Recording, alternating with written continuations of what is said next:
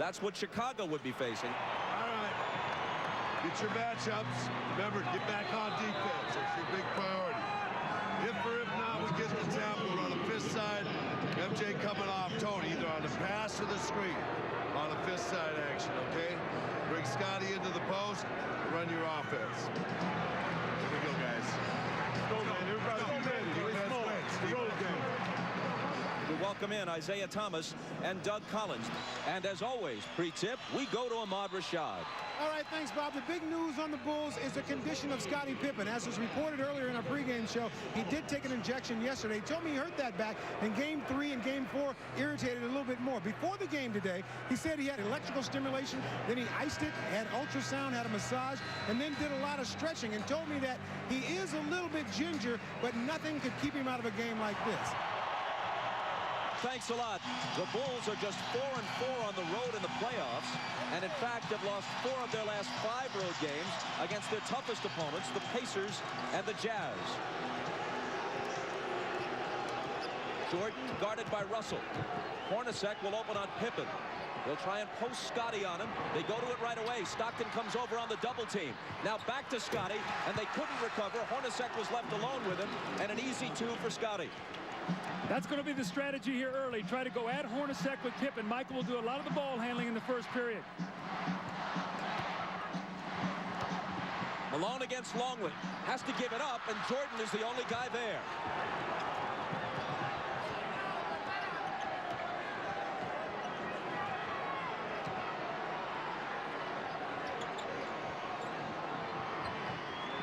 Longley, who has contributed little offensively and has been abused defensively by Malone. It's Jordan missing his first shot, and Russell takes the rebound. It looks like Scottie Pippen is laboring as he moves up and down the court. Ahmad told you he's suffering from a bad back. Malone hits his first. 17 of 27 in Game 5. As the whole Utah team shot better than 50%. Hooked away. Malone chases it to the side. It'll belong to Chicago. Bob, I think Scottie Pippen pulled his back out on that dunk shot on his first play when he reached up for the rim and he pulled it down. I think he stretched up and he grimaced as he came down and he could barely run. Harper guarded by Stockton. Pippen against Hornacek. Draws the double. Harper's the guy they'd like to leave alone. Kukoc isn't. But this time he misfires. Hornacek lost it to Longley. Now Pippen has it. All along Kukoc. The one thing you don't want to do if you're Utah is get into a quick turnover battle here and give them easy points, especially Kukoc. Remember, he loves to get off early in quarters, and then he's a load the rest of the game.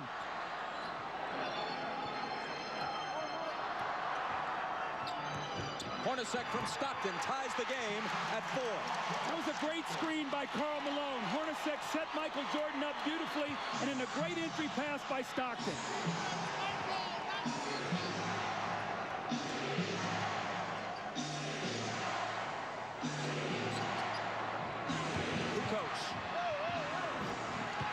You wonder if the Bulls went to Kukoc enough in Game 5. With Jordan and Pippen struggling, Kukoc was on fire but got only 13 shots. Yeah, Kukoc has the size advantage and also the speed advantage over Adam Keefe, and he can take them inside. Also, he can stick the outside J. Malone got inside of Longley and drew the foul. Now you watch Pippen come across the lane, and as he reaches up to dunk, he pulls his back out, and you see him grimace as he comes up the floor. Let's keep our eye on Scottie Pippen tonight. Let's check in with Ahmad. Bob, Scottie Pippen's really having a bad problem. In trying to bring the ball down, you can notice Michael sending him down the floor so he can bring the ball up. Now, as we mentioned earlier, that the strategy was to go to Scottie in the post. If his back continues to bother him, they may have to change that strategy. Bob? You can see him with his hands on his knees, bending over, trying to limber up, wincing quite a bit. Malone hits the first. Generally, he and the Jazz team have not gone to the free throw line in the finals as often as they did during the regular season and in the earlier playoff rounds. The Bulls have had a big edge at the free throw line. Jim Gray is listening to Jerry Sloan over on the sideline. He says Jerry is already complaining about illegal defense early in the game. Let's see if the next time down the floor the referees hear him once again. Remember, that was something that was big in the United Center. He was able to get the referee's attention. I thought it helped his team. Harper trying to back in on Stockton, and the whistle goes against Utah. It's Stockton's first. See, what Chicago will try to do is put a lot of pressure inside on the post with Harper and Pippen posting up Stockton and Hornacek.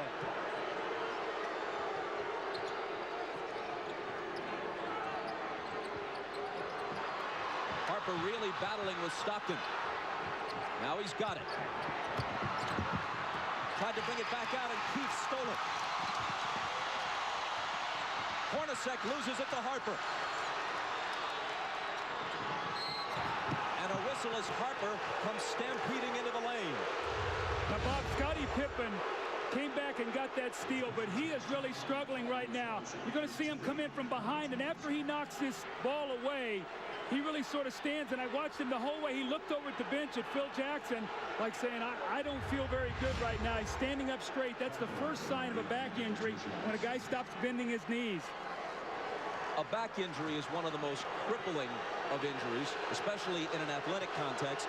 And I'm not trying to compare a physical injury to an illness, but it was here in this building where Michael Jordan, sick as a dog, managed to gut it out in Game 5 of last year's final, the pivotal game. Scottie Pippen is probably mindful of that and will give it everything he's got to try to equal the effort that his teammate Michael Jordan has shown in the past. See, Bob, that's why I think it's very, very important for the Jazz to lock in on Toni Kukoc, because if Pippen can't score and it's only Michael Jordan, that will be to their advantage. They've got to do a job on Kukoc today.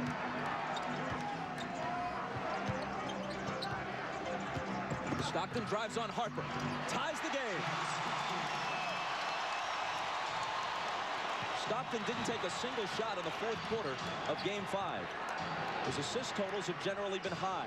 His shooting percentage is high, but they'd like to see him get a few more shots up toward the rim. 3-second violation against Chicago. So you watch Stockton's aggressiveness. They've given him the baseline this whole series. This time he's able to take Harper to the baseline, get a little space, and finish on the right side of the basket. Hornacek, Jordan up on him. Malone puts it on the floor and is fouled. It was before the shot. It's Longley's second. Well, this was the strategy of Karl Malone. He said, I'm going to put the pressure on the Bulls defense, not many jump shots, and he has done that. 2 quick fouls on Longley. Hornacek is free, but can't hit.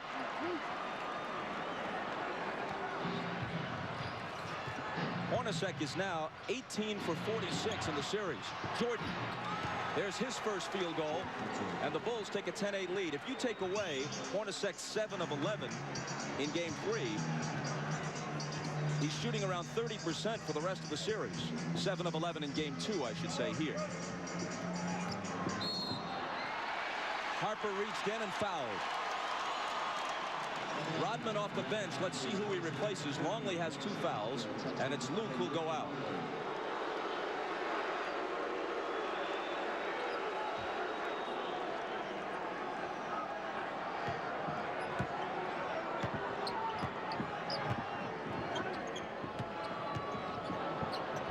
Russell for 3. Utah has not been hitting the threes in this series. Now 11 for 51, around 20%. They shot 37% as a team from beyond the arc for the season. Pippen with the hook.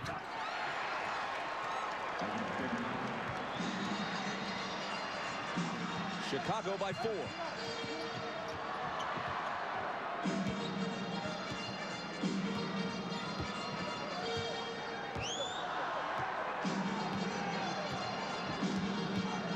Screening for Stockton. His 3 isn't there.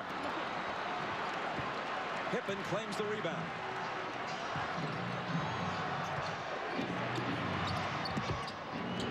Pippen had it knocked away. Hornacek got a hand on it. Stockton takes it, dishes it to Jeff, who misses the driving one-hander. Jordan is wrapped up by Keefe for the Utah foul. You know, Pippen is really hurting, but he's playing in pain as he takes Adam Keefe into the middle and shoots his patented little jump hook. And as he falls to the floor, you can see it's very difficult for him to get up with that bad back. You see him running up the floor, not able to get the type of push and the speed that he normally would have. Ahmad Rashad back at the Delta Center, and during that timeout, I just spoke with Chip Schaefer, the trainer for the Chicago Bulls. He said that Scottie Pippen is not sore, he is just sore, and he's having a problem really with his mobility, not able to bend over and grab the ball, but hopefully as he plays further and gets more warmed up, it'll improve. That's what they're hoping. Bob? Ahmad, thanks. With Scottie struggling, I think you're going to see the Jazz start picking up a little bit further down the floor. He's usually their primary ball handler. They'll try to pressure Michael and Harper up the floor, make it tougher for them to get into their offense. Here is Pippen, out to Harper, open three, missed it. Malone battling Rodman, and it's tipped to Stockton. Utah on the run, but Stockton circles back outside to set it up. It was kicked. Utah keeps it. Fresh 24. You watch Malone and Rodman battling under the boards. Malone's going all out as he runs the floor. They both kick each other a little bit. The referees may clean that up. Russell couldn't finish. Kukoc rebounds. That's 2 layups now that the Jazz have missed here early in this first quarter. Hornacek and now Russell. See, with Pippen hurting, I think Harper's going to have to step up big and supply the scoring load. Jordan for three. Got it. Jordan with 5. And Chicago with a 7-point lead.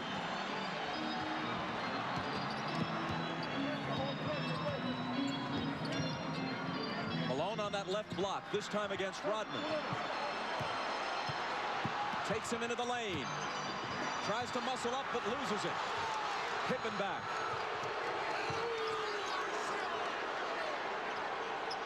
It was tied at 8. Now Chicago's on a 7-0 run.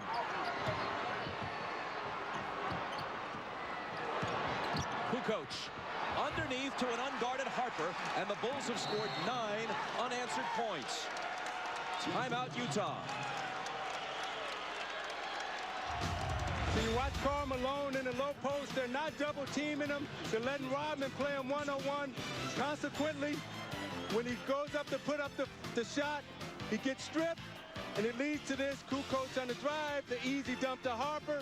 Harper's going to have to step up big inside for the layup. And you're watching the NBA on NBC.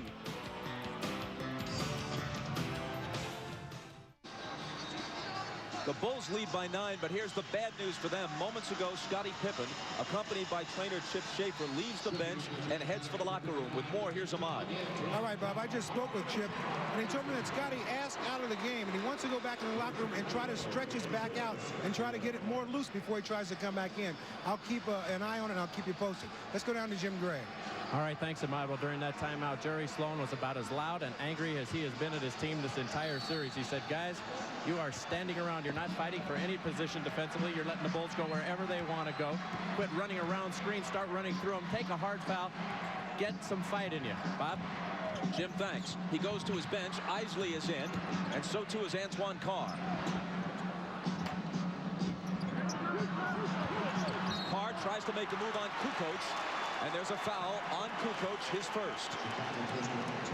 Now, Bob, the reason Carr's in the game is because Utah was playing 4-on-5 offensively. With Adam Keefe in the game, Scottie Pippen wasn't going to guard him. Now you've got Kukoc who's going to have to play Antoine Carr, so now it's a 5-on-5 matchup. They've got to take advantage of this with Isley in now for Stockton. Harper right now is on Malone. An illegal defense is called against Chicago.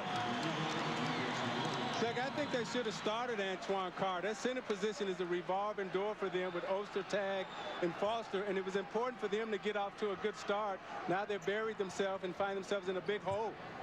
Ostertag and Foster have given them nothing in this series. Good pass from Malone inside to Hornacek, who converts it.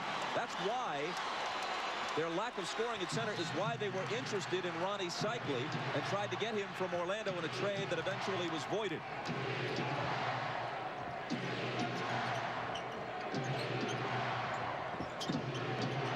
Jordan over Russell. Rebound to Carr, who immediately makes his presence felt.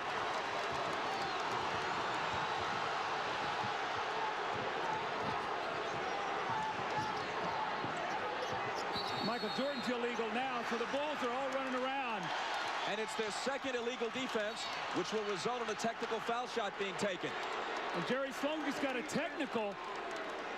Phil Johnson comes over and settles him down a little bit. Jerry's got to maintain his composure right now. He just got the illegal defensive call for a technical. And then he follows it up with a technical of his own.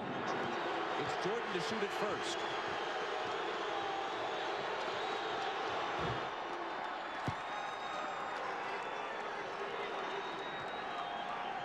We're told by Jim Gray from the Utah bench that the reason Sloan got his technical was when he was knocked down by Kukoc. There was no foul called, and that's what had Jerry hot.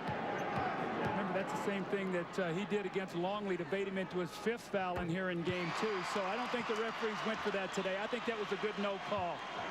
Hornacek, an 89% free throw shooter, swishes it at the other end. Bulls with the ball, down by 7. Scott Burrell is on Russell. Rodman on Malone. And Rodman's going to be hit with a foul, I think. It is on Dennis, his first.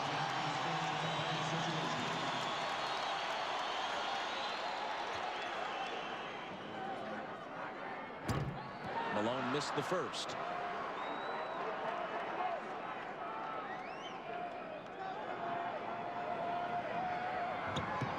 But not the second.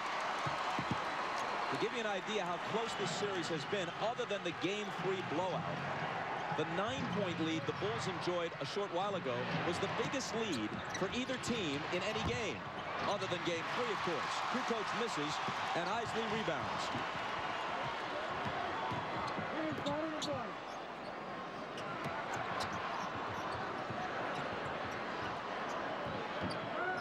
Carr against Kukoc. Jumper over him is good. So they've got to go to that matchup. There's no way Tony Kukoc can play him. He's too powerful down there. And Chicago wants to talk it over. Their 9-point lead has been cut to 4 with 2:58 to play in the first. Antoine Carr is a much-needed force here. They've got to have 5 guys on the floor that can shoot the basketball to keep Chicago honest on defense. Antoine Carr with the little bang. He gets the space and makes the open jump shot. You're watching the NBA on NBC. They'll come on in for Tony. You got Carr. Who? Carr. Dennis has Malone penalty. Steve, you come on in for Hart. Deny the corner passes on the power. Deny the wing entries on the 4-up. Get in their offense. Yeah, Scott did deny Russell last time. That was too easy. One downside out of bounds right now. Let's go. We played 9 minutes. Karl Malone has attempted only 1 shot, which he made.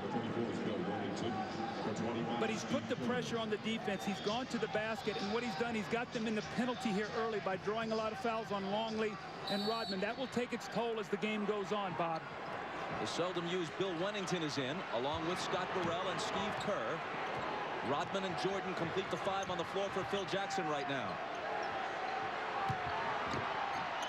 Michael dishes out to Burrell. Russell reaches in and knocks it away with 3 on the shot clock. When Michael gives that ball up, you've got to really work hard and not let him catch it back, and that's what he did that time. Russell, excellent D. Got to shoot it quickly. Jordan will with a hand in his face. Burrell skies for the rebound. Moves to the side, and eventually it's Utah who has it. Here's Hornacek. A pull-up 3.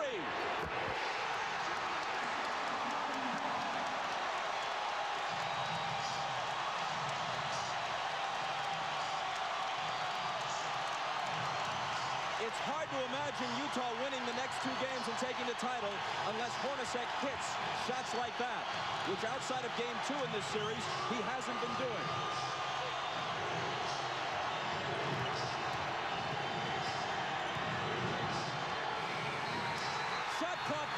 possession. Michael gave it up. They weren't even close to hoisting a shot before 24 seconds. Terrific team defense. But Isaiah, the play before, Brian Russell went down on the floor, knocked the loose ball away, and Hornacek got the three. Those are the hustle plays that this crowd creates from this team, and they're going to need all of those today. And this is the second time in this series where you've seen Michael Jordan lose track of the shot clock, which is very uncharacteristic for him. Isley, who's quicker than Kerr, is guarded by Steve as he comes out of the backcourt. It's Malone. And it's Utah with the lead. Only moments ago, they trailed by 9. Carr came in, Isley giving him good minutes. That's been the difference.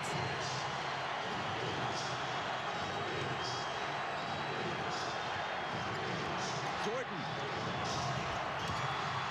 Rodman on the offensive glass. Wennington a good look. Wennington will hit the open jumper. Offensive rebounds were such a key here. When the Bulls won game 2, they did not shoot well, but they got 18 offensive rebounds. Moving down toward a minute to play in the first. Chicago by 1. Another illegal defense. That's on Michael Jordan. He got 2 zones below his man. Hornacek stayed out behind the three-point line. Michael dropped down 2 areas, and he was spotted. Now, it helps that Jerry Sloan is sitting there in the referee's ear, helping him see Michael Jordan.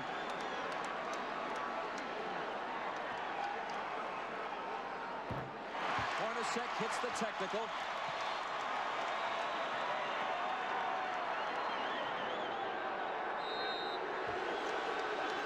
Kukoc comes in as soon as Carr goes out.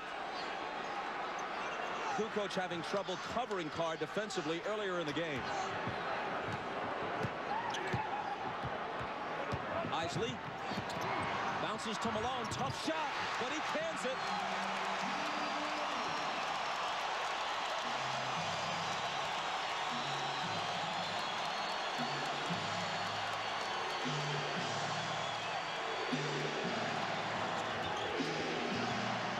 Jordan over Russell. Tied at 22 with half a minute to play in the period.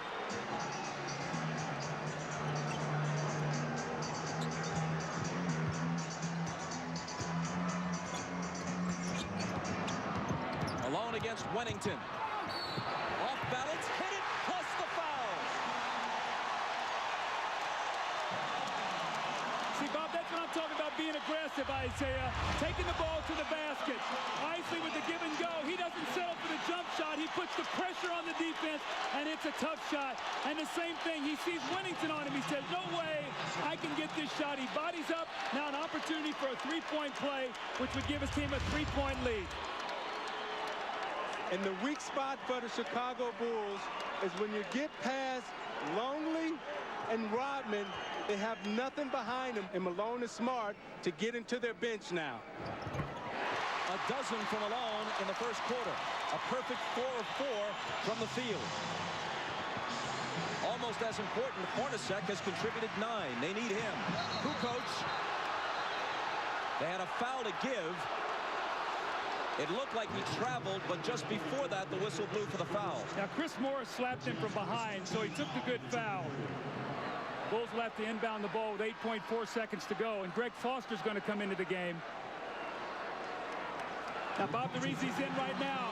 And you give him a rest here at the end of the quarter, the last 8.4 seconds, and then the time during the break.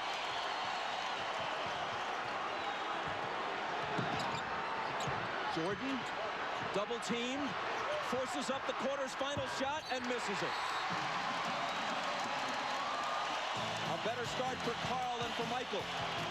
Once down by 9, Utah leads after 1 by 3.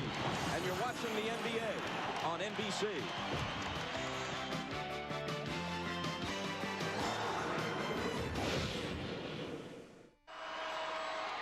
Ahmad Rashad back at the Delta Center, and early on, Scottie Pippen re-injured his back on that dunk shot that he had just at the beginning of the game.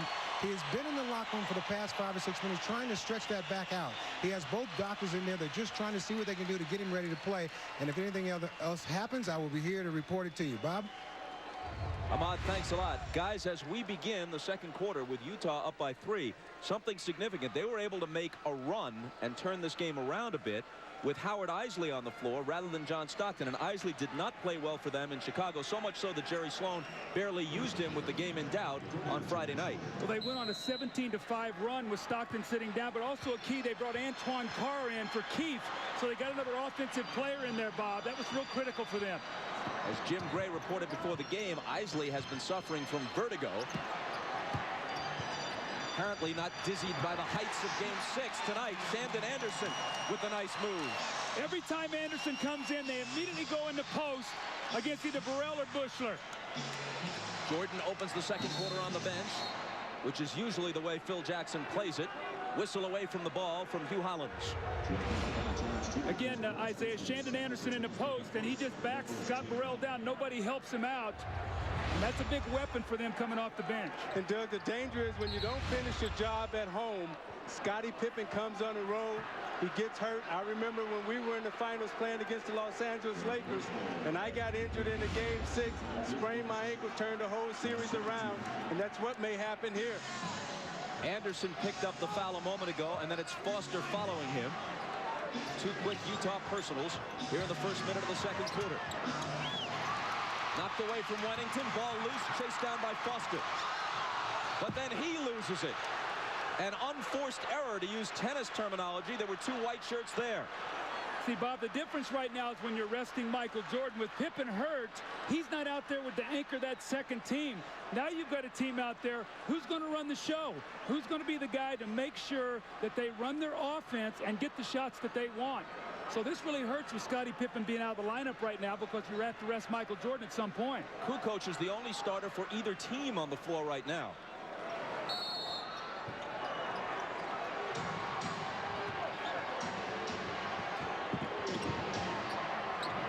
Foster on Tony. Wennington travels. Playing out of character. Bill Wennington is a catch-and-shoot player. He's not a guy, Isaiah, that puts the ball on the floor. Rodman to the scorer's table. He'll have to wait till the next whistle.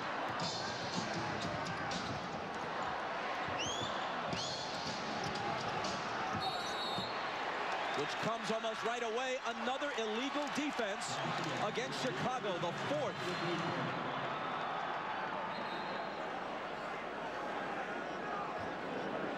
So Eisley is selected to shoot the tee. After the first illegal defense, every subsequent one against you results in a technical foul shot.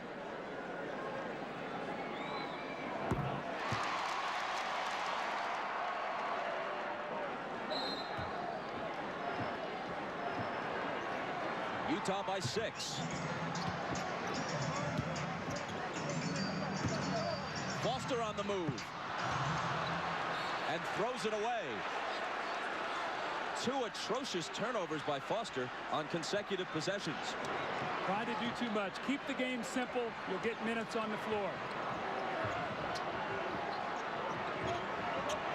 Kukoc. Chris Morris pulls in the rebound. Carr from Eisley. Missed it off the glass.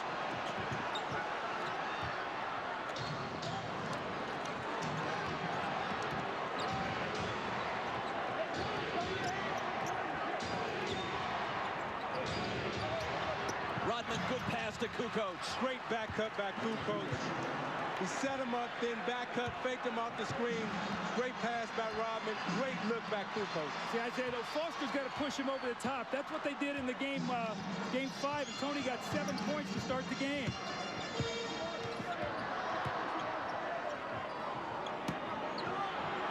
Carr trying to back in on Rodman. It's off Anderson's hands, but recovered by Eisley. 2 seconds to shoot. And he hits the 3!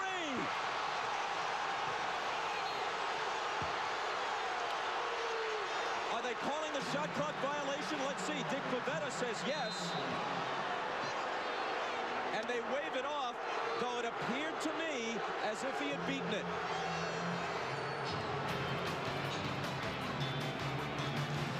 Timeout with Utah's lead, still only 4.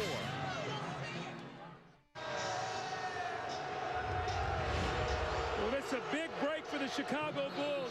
That should have counted. That's a big turnaround, and the Bulls get a big break there. Instead of up 7 Utah, now it's only a 4-point game. Jim Gray tells us that on the Utah bench, Jerry Sloan said, that's horrible, but I can't get thrown out of the game. He already has 1 technical and can't risk another. You have a further report on Scottie Pippen. Here's Ahmad. All right, Bob, I just found out that they're working on Scottie Pippen in the back, and I've been told that Scottie says he's telling the medical staff that he is not able to play. So that could be the end of it for Scottie tonight. Bob? Judd Bushler, who may get more minutes as a result, hits the shot from the side. Michael Jordan is also back in after resting about 2.5 minutes at the outset of the second quarter.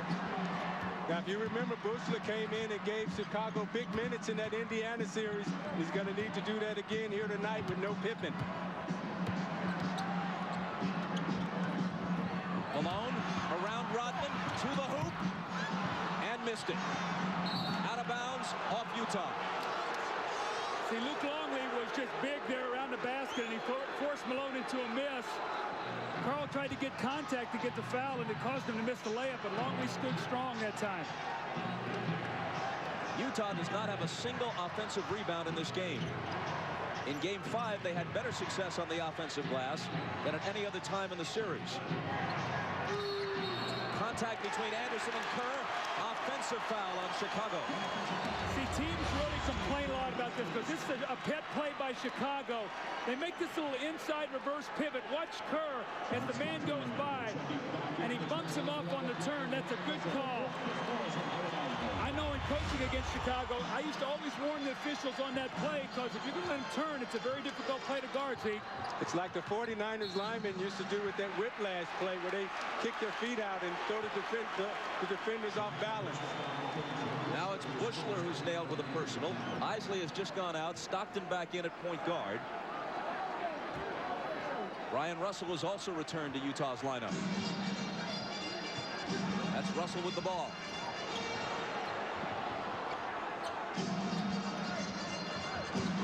Malone from Carr. And he walked with it. See, Antoine Carr's got to be ready to step in and shoot that ball. They're doubling down on the block now, and Karl Malone swung him the basketball. He's got to shoot it. Those are the same shots he had the other night in Game 5 that he buried to help them get the win. The Bulls can tie with a basket here or take the lead with a 3. Jordan in and out on him, and Carr claims it. Carr from Stockton. There you go. There you go. Now you see Carr pull up and hit the 15-footer, but a moment ago he pulled up and missed that little easy bank shot off the glass. That 15-footer dead on is a better shot for him to take than the one off the glass. Jordan wheels inside around Anderson, and again it's a 2-point game. Michael has 10.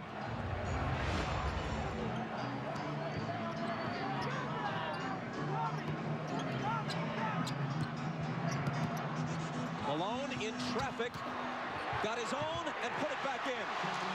That's that first offensive rebound that you talked about. Malone get it and got 2 points. Malone feels very confident against Longley and Rodman right now. He feels that he can get anything that he wants underneath. Jordan, daylight for 3. 13 for Michael. Utah by 1. If Pippen can't go the rest of this game, and if there is a Game 7, inside it goes to Carr, and he hits the layup. How much more of the load can Jordan possibly carry? He played 45 minutes on Friday night. It's taking him a whole lot of shots to get his points through the finals. But if he doesn't step up, other than Kukoc, who else can?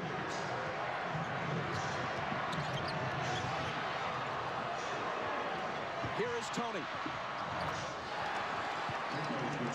To follow up on your point, Bob, this would be a very wearing game for Jordan.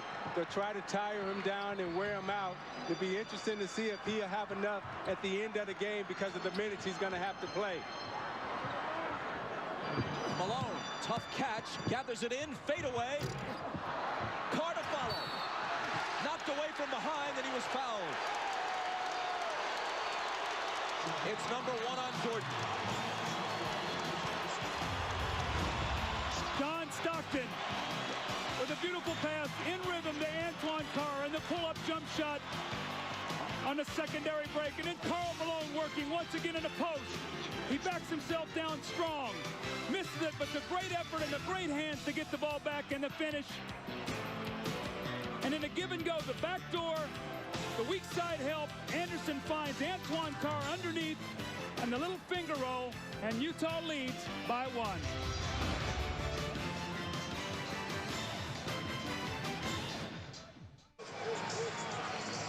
Ahmad Rashad back at the Delta Center. Now an update on Scottie Pippen. The time that he was doing the stretching, trying to see if he could come back and play, he was in the officials' dressing room trying to get the stretching. He has now moved from that locker room to his own locker room, but the word is that he's still unable to play. Bob? Ahmad, thanks a lot. What was the most important regular season game of the year? Undoubtedly the one at midseason here at the Delta Center, where Utah trailed the Bulls by 24 points early, 41-17, and rallied to win. Changed the outcome of that one game.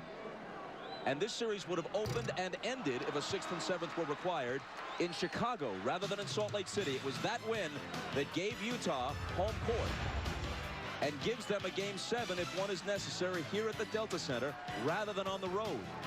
And do the Bulls face the remainder of this game and a possible 7th game either without Scottie Pippen or with a weakened Scottie Pippen?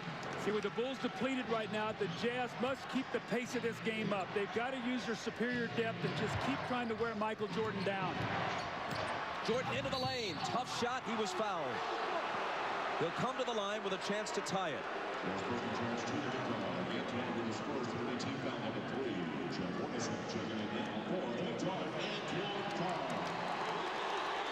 So they really made the switch in Game 5. They started Russell on him, did a good job, and then they came in with Anderson. They put Hornacek on Pippen, and that really had an effect because Michael had to work a little bit harder in the post against Russell. Antoine Carr going out. This is the 103rd game of the season for the Bulls and for Michael Jordan.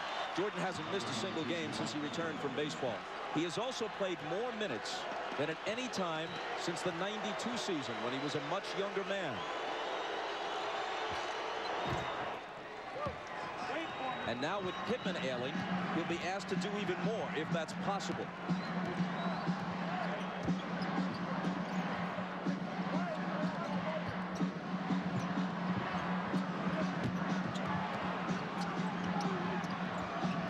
Malone slips it through a crowd to Anderson, who misses the floater. Rodman juggles the rebound but saves it in. Only his 2nd rebound tonight and only his 5th in the last game and a half after such a strong performance in Game 4.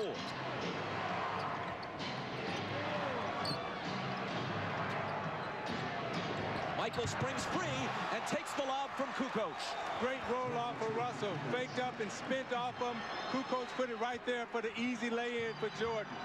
I'm noticing, Doug, every time Malone gets it on the low post now, they're coming to double team, trying to keep Rodman out of foul trouble. Hornacek returns it to Malone. Now has it back in a crowd and misses. Anderson flies in, can't hit the tip. Malone another try, and there it is for Utah.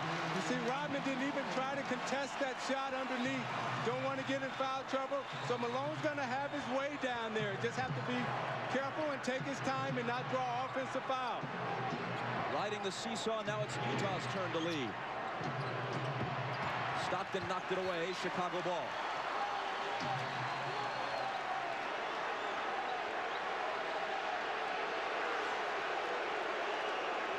Phil's still lobbying for that travel on Malone on the last possession, but ain't gonna happen.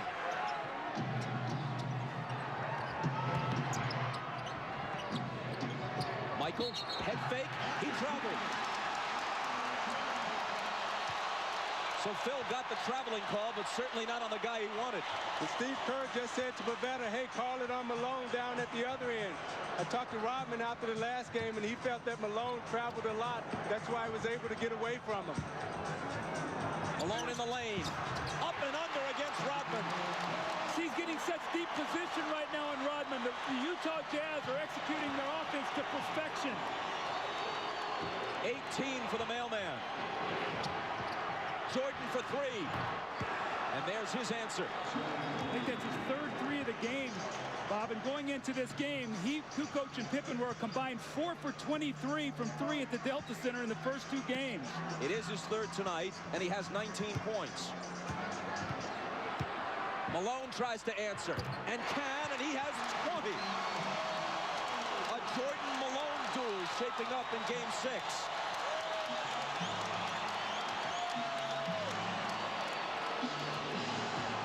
Kukoc on the run. He's in double figures now with 10. Isaiah, how much is it going to take him to figure out that he's a left-handed player? And you can't let him come with a strong hand. You got to send him back to help. He's such a good dribbler, and he gives you that hitch move, and it draws you out of position, and he gets you every time with it. Kukoc on Russell. Gives him some room, and Russell accepts the challenge and drills the jumper. Utah by 2. You got to make Tony Kukoc play defense, and that's what Brian Russell did on that possession. It was Russell's first basket. Here's Michael. He's got 21. I'm watching Jordan, and he's in such a nice rhythm offensively. Everything is coming very easy to him. And right now, they have to be really careful because this looks like this could be a 40-point game from him. Tied at 43. Shaping up as a higher scoring game than we've generally had in this series. It's Hornacek. See, Malone is getting the ball on the block where he wants it. They're running splits, they're running post-ups, and the Jazz are in a great rhythm right now. Timeout Chicago. Utah by 2 with 1:49 to play in the half.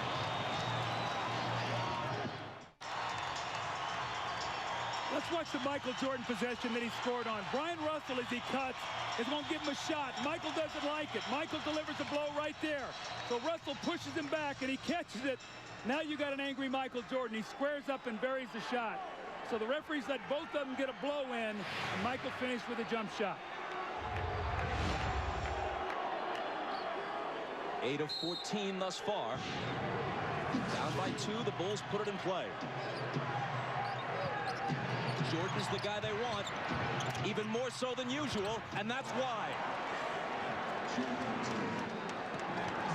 15 of his 23 have come in this quarter.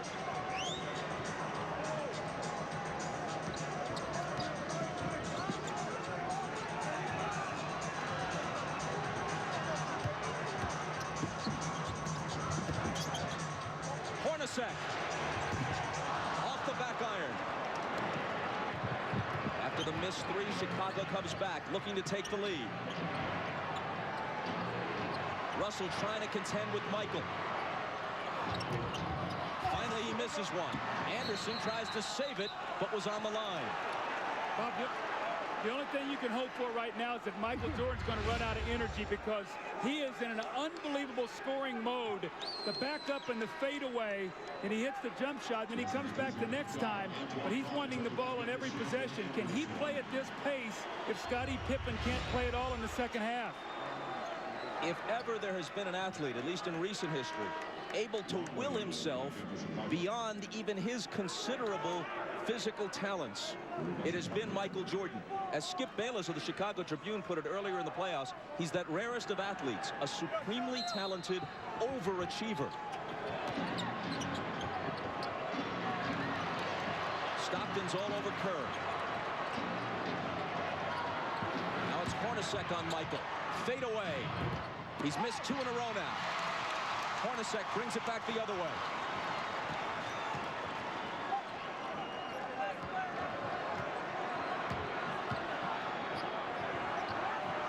Stockton from Malone. Beautiful slip on that play. Stockton went across like he was going to set the screen on Longley. Michael relaxed just a moment. He slipped it. The give and go, Isaiah. That was a beautiful play. And Doug, now that Malone has really taken advantage of Chicago inside, now the perimeter will free up. Now they have to pay attention to Malone. Now Stockton and Hornacek will be able to step up and play and get involved. They were just putting a couple of seconds back onto the clock.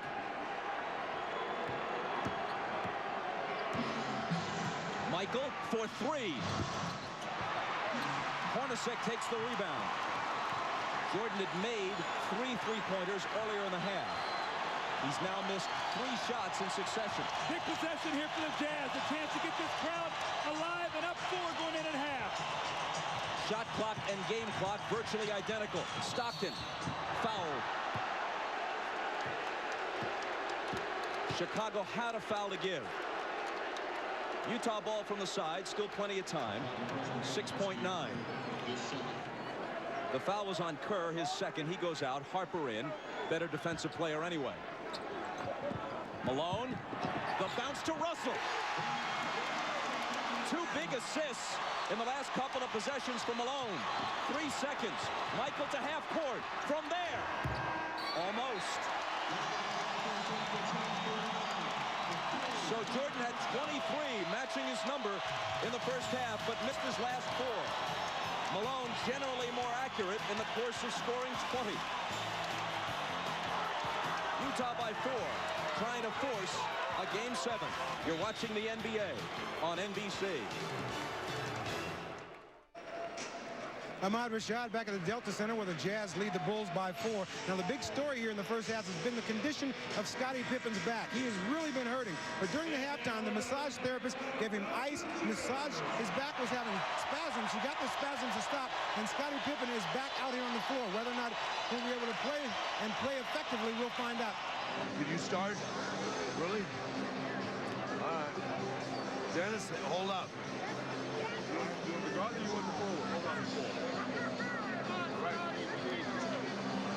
Keith's out there starting. All right. High side leg first time. Their ball, right? Yeah. Their ball. Our return after it. Get after him now defensively. They're shooting 60%, fellas. Come on, baby. Malone's 8 for 11. Many layups. Make him miss a shot. Over the cutter. Well, they thought that Scottie Pippen was going to be out of the game, so Jerry Sloan told his guys they were going to focus a lot more attention on Michael Jordan. All of that, of course, could change now. Very unhappy with the way they defended the screens. He wants them to get over the screens instead of running through them. Happy with everything offensively. Bob? All right, Jim, and here we go. Utah in possession as we start the third quarter. Malone right to work.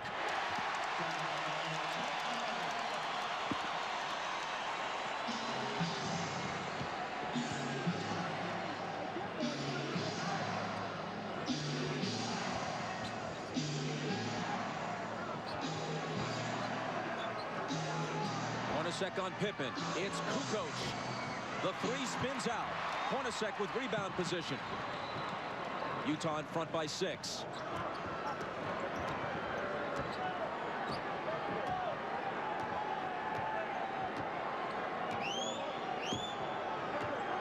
Stockton pounding the dribble into the floor. Now into the lane he goes. Outside to Russell. Head fake.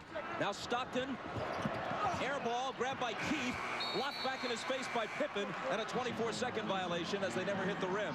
Jerry Sloan might have to go to his bench. Adam Keith has got to be an offensive rebounder. He's got to be aggressive. 4 of the first 5 games were very close and very exciting. But through the first half, this is actually the best played game, the best pace and rhythm of any of the games of the series. Longley out to Scottie with 5 seconds to shoot. It'll be Kukoc. He has 12. Now Scottie's back out on the floor, but he's still moving very gingerly.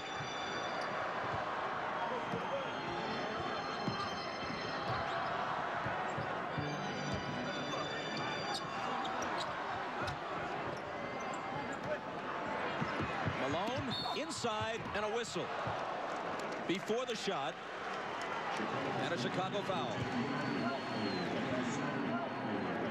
Now you watch Scottie Pippen. He's laboring to get up and down the court. That back is still bothering him. Let's see how he goes. The foul was Longley's third. Stockton stumbles.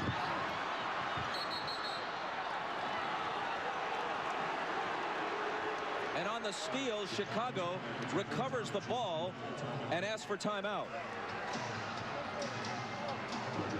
Coach, is that the time you want to use one? It does preserve the possession, but you use up a timeout. Well, Phil has the option here to take a 20 if he wants it. Harper with a great hustle play. You're going to see him roll over and get the timeout before Utah can force the jump ball. So we'll step aside with 10:03 to play in the third.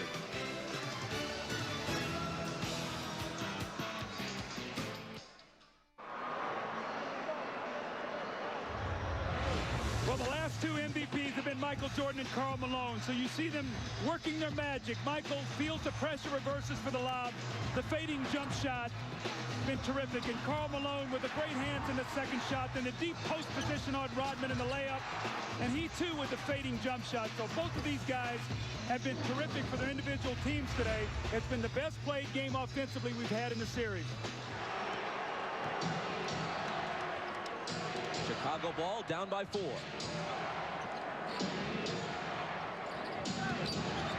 Pippen's jumper over Hornacek won't go. Malone waits for the traffic to clear, then hands to Stockton.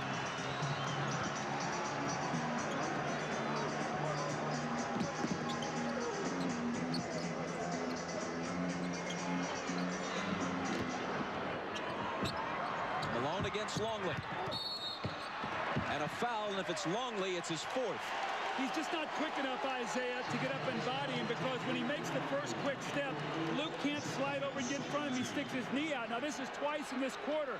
Malone has gotten a layup the first possession, and now he's gotten 2 fouls. He bodies up against him, he sticks the left knee out, and Malone goes right to the basket to get the contact. Longley's got to be a little smarter down there. He's giving Malone no resistance, Doug. I'm watching him as he's moving around. He's not even trying to guard him. Just poor defense by Longley. And great offense by Malone. He sits. Rodman enters. Russell for 3. Malone in between 2 red shirts pulls it down, and now he and Rodman all tangled up. And it's Malone's turn to laugh and taunt a bit.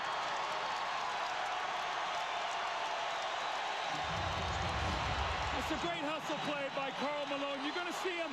He just wants the basketball. 2 Chicago Bulls, and he reaches in there with those powerful arms and just rips it away. The foul on Dennis Rodman. His second.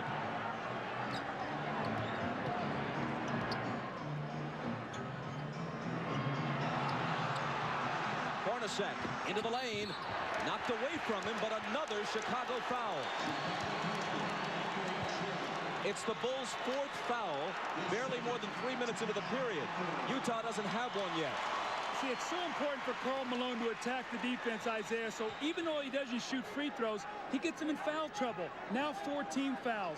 So from here on in, the next foul that the Bulls commit, Utah will shoot free throws. That could be very vital for them scoring here in this 3rd period. Doug, I love the way Karl Malone is playing right now. I mean, he's doing everything for the Utah Jazz.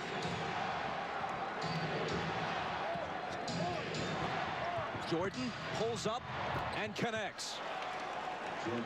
25 for MJ. See, Jerry Sloan is very upset. Adam Keefe did not show out on that screen. Michael came off there not with the idea of passing. He knew his team needed 2 points.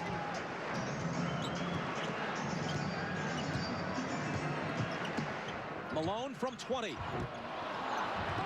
Keefe got a hand on it and then pokes it away from Jordan and out of bounds.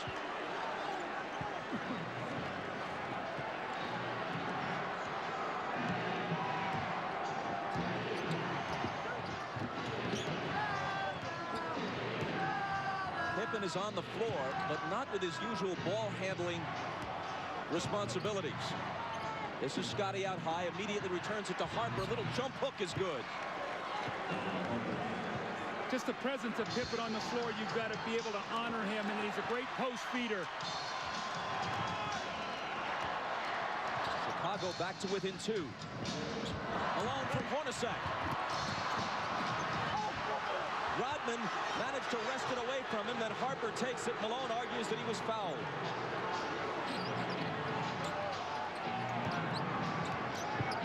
It's Kukoc dealing it out to Rodman. Harper trying to tie the game, but hold on, says Danny Crawford. Foul on Stockton is second. Now Malone got great post position here. He's got to finish this play. He leaves it short on the rim. And then the second effort, he thought he got fouled on the wrist there, and he did get fouled, so he should be upset on that play.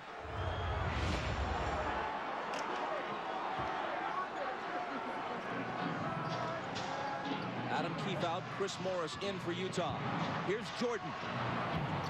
Off the back iron, Rodman trying to keep it alive. A tremendous hustling attempt, but Utah gets the ball. Now you're saying, why Chris Morris? Because he's a better offensive player, and he can play against a Tony Kukoc. You say, why not Antoine Carr? I think Jerry Sloan knows he's only got so much gas in his tank, and he'd like to have it for the fourth quarter.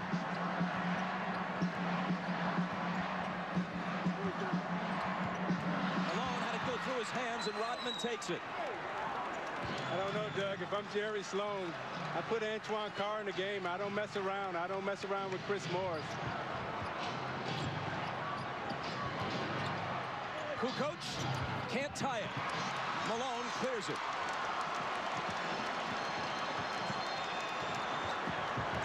Stockton into the lane, tried the up and under on Harper, but it wouldn't go. And Chicago gets it back. That rhythm and flow, which we saw almost throughout the first half, pretty much has disappeared here in a choppy third quarter. Bob, I just saw eye contact. Scottie Pippen and Michael Jordan. Scottie normally brings the ball up. He said, Michael, you come get it. Michael does not want to bring the ball up the floor. He has to use too much energy that way. Is Pippen anything more than a decoy now on offense for Chicago? He's the initiator of the offense. That's all he can do, is be a post feeder and be a presence out there, just so that they have to honor him. 4 seconds to shoot. Jordan missed it just before the shot clock sounds. Rodman battling like crazy, but can't quite hold on to it. Hornacek, he and Malone, Rodman and Malone, and Rodman just trips Malone up. They got to call a flagrant here. They've got to call a flagrant. It's the third on Rodman. He and Karl Malone, regrettably, are scheduled to wrestle in one of those bogus events next month. Why Malone wants to lower himself to that is anyone's guess. And Rodman apparently wants to start the wrestling now. I tell you what, I love what I'm seeing, the battle between these two guys. They're fighting, giving it everything they got. Both of them are trying to push and shove and gain position. Karl Malone gives him a little knock. But at the end of the play, what I like the most is Malone and Rodman both gave each other a pat on the butt and said, hey, that's the way we play. That's the way we like to play. Was a flagrant called for there? What do you think? I don't think that's a flagrant foul. I think that's just good, hard-nosed basketball.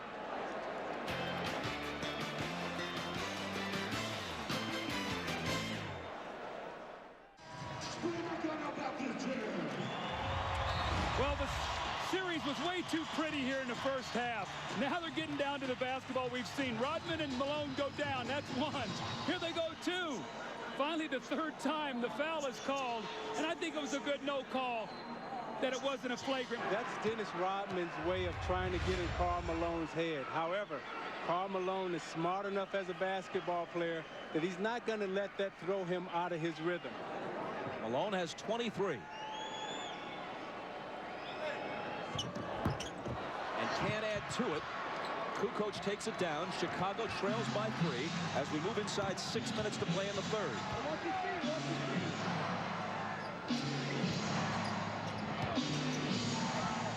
Here's Pippen. The bad back makes Hornacek's assignment on him a whole lot easier. Left alone, he doesn't take the 3. Michael, fade away. See, if I'm Hornacek, I make Pippen make one of those shots. He's really rushing out to close out on him. He's got to show me he can shoot that ball before I'm too concerned with him. I got to be more worried about Michael Jordan. Jordan has 27 to Malone's 23. Here's Malone again. He was fouled. The basket would have counted, but it wouldn't stay down. It's on Pippen his first. Now you watch Michael Jordan on the repost, takes a quick bounce, the reverse spin, fakes Russell out and shoots a nice fadeaway tape. Malone is averaging 23.8 for the series coming into this game. That's exactly what he averaged in the 6-game loss last year to Chicago. But that average will go up a bit after today. Makes them both.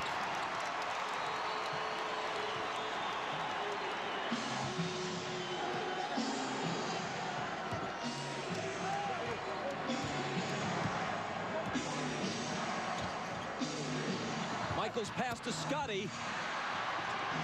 And finally the tip drops. Rodman gets credit for the basket, but it looked like Pippen was not able to show us the usual body control that he'd normally have to finish off that play. Usually he would dunk that ball. Harper on the foul this time. See, Isaiah, normally Scotty catches this ball in the back door and jumps up and power dunks this. You can see he could barely get off the floor, but Rodman with a great tip.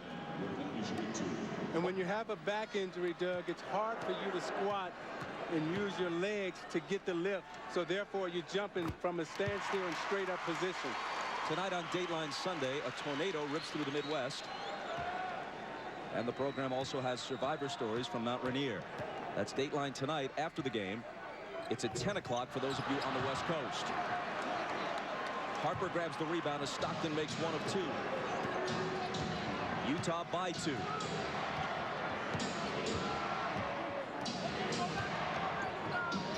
Jordan off target. Rebound Malone.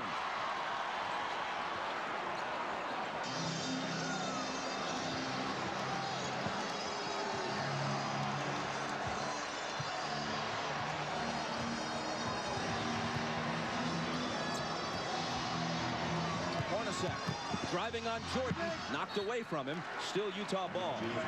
When Malone grabbed that last rebound, it was noticeable that Rodman backed away. He's already got 3 fouls, speaking of Dennis. And with Longley on the bench with 4 fouls, Rodman's got to be very careful. Knocked out, 3 on the shot clock. Howard Isley back on the floor now. Stockton getting a breather with 4:15 to play in the third. Pippen got a hand on it. They've got to shoot it in a hurry, and they can't get it off in time. 24-second violation against the Jazz. Is it time, as we get a quick look at the laboring Scottie Pippen, is it about car time again? Well, I think what Jerry's trying to do is buy as many minutes as possible. He's still got a 2-point lead. And Antoine Carr is a guy that maybe gives him 24, 25 points. And here he comes, or 25 minutes. Here he comes right back into the game. So Jerry realized that he needs somebody out there that can shoot the basketball. Pippen giving it his best. And that time it was good enough. As we said, with that back injury, that little jump hook in the middle is an easier shot for Pippen to shoot because he can extend with his long reach and his arm length. Tied at 57. Hornacek had a good first half and hits this one.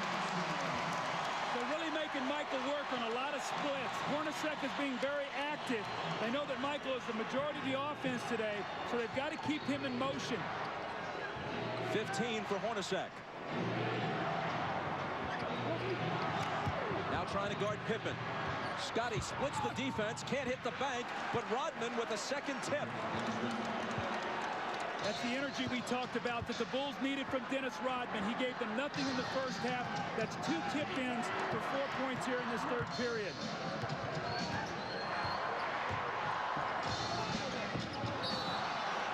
A whistle from Danny Crawford, a Chicago foul. It's on Pippen, and it's his second. You watch Pippen in the low post. They come to double team with Russell, and as he goes up for the shot, that leaves Rodman's clear for a clear tap in on the offensive glass. Now you watch Pippen trying to get up and down the court. He's really laboring and really working hard. Scotty has come out. Kukoc, Burrell, and Kerr all in. There's Pippen heading back to the locker room again to try to stretch out that ailing back. Russell missed the first, but connects on the second. Utah by 1. Well, the only thing that's saving Utah in this quarter to keep them in the lead is the free throw line. Those early fouls have hurt Chicago, and Utah's taking advantage of it.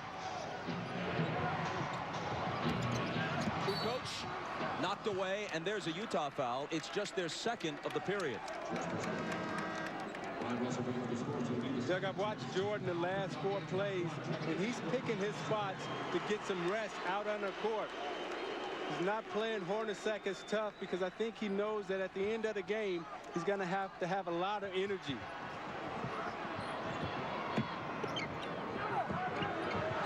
Rodman out to Michael. Now screening for him. Morris fights through the screen. Michael takes him baseline.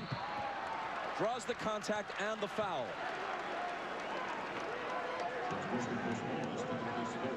Michael's going to go to the line. Chicago, which generally has had many more free throws throughout the series than Utah, has hit 4 of 5 free throws in this game. Utah 15 of 21. As you said earlier, Doug, a huge difference. Well, Chicago's done a good job now in this quarter of disrupting Utah's offense. It's not flowing as easily as it was. They took the fouls. They've got him on the free throw line, but you're not seeing the same open looks. I think with Rodman being out there, he really helped disrupt Malone's timing. Now Longley's back in the game, so we'll see if they're able to attack him either with Carr or Karl Malone. Kukoc goes out as Longley checks back in. Tied again at 60.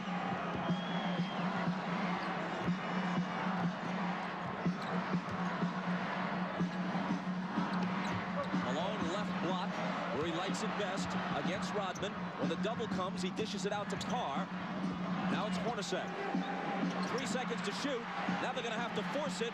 Hornacek off the back rim. Carr on the board. But there's a loose ball foul on Antoine Carr.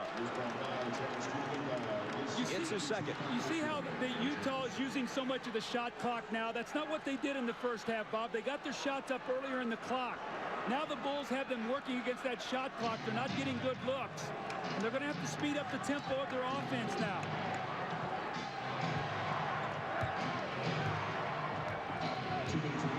Jordan on the move against Morris. Double pumps. Misses the scoop. Malone will clear it. Inside 2 minutes to play in the period.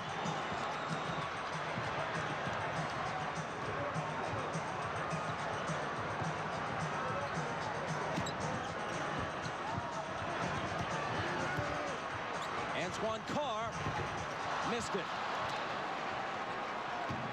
I think the one guy that needs to get involved for Chicago right now is Luke Longley. He hasn't taken a shot the whole game. He's got to put some pressure on Malone in that low post. Here's Burrell. He's off target. Back comes Utah looking for the lead. It's Chris Morris. Hornacek in the right place at the right time. You see, early offense, they got the shot up, and they didn't let Chicago get back and get set up. And so even though they missed it, they got a chance for a second shot opportunity. 17 for Hornacek. Easily his best game since game 2. Michael confronted by Carr after he blew by Morris. And Jordan will come to the line. The fast break here by Chris Morris. He doesn't get the shot to go, but you see Chicago now not guarding a man really, but an area. And there's Hornacek with the offensive rebound, Isaiah. They got to pick up the tempo a little bit. Right now, it's become 2 half court, and Chicago's got them in a situation using too much clock. Michael misses the first as we check in with Jim Gray. All right, John Stockton is now back on the bench. He was in the locker room for about the past 7 minutes. He was getting a chiropractic adjustment several places. He felt a little twinge, went back there, saw the chiropractor. They worked it all out, and he will return to the game. Bob? He's been struggling with something of a sore back throughout this series. 1 of 2.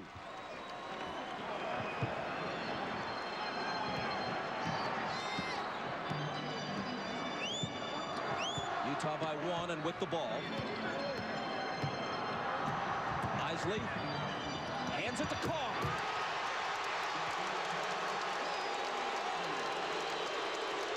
Isley much more effective here on his home floor than he was in Chicago. Gets the assist there. Longley's shot.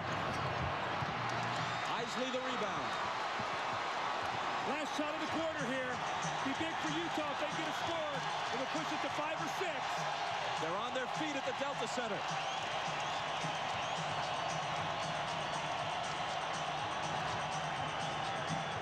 Caron Isley around Keith's screen. Now he gets it back and hits just before the buzzer.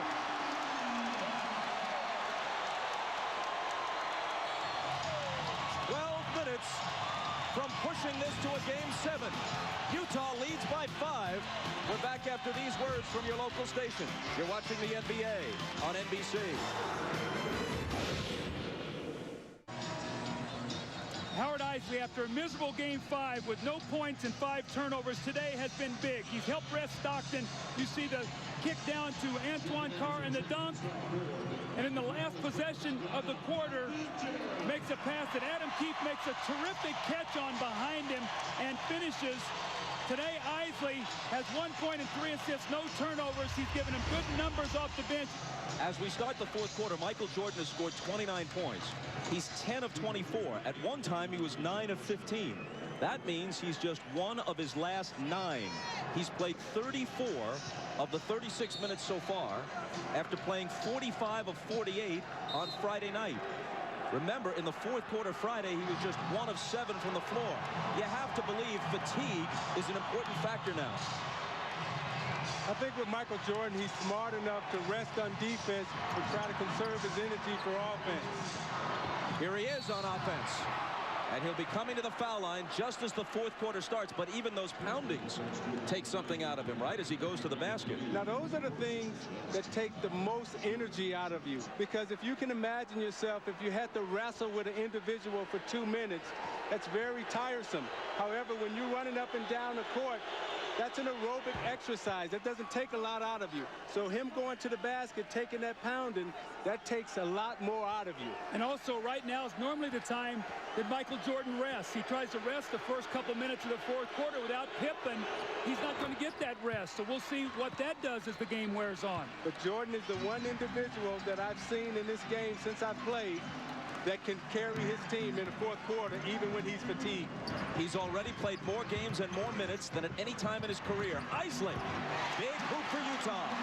Tell me confidence isn't an unbelievable thing. This is the same kid we watched in Game 5 who didn't even want to dribble the basketball. Today he's making some big plays for his team.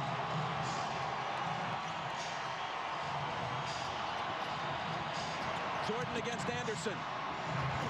He's still Michael Jordan.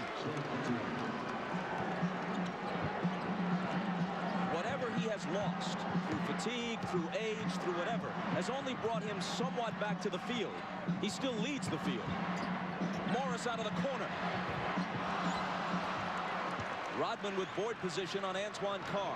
Chris Morris has had a lot of open looks at threes like that in this series. Usually he's pretty good with them. In this series, he hasn't been able to hit them. Rodman drills a 20-footer and gives it that go-figure gesture. Now remember, in Game 2 in here, he hit that same shot to tie the game. This one brings him to within 1.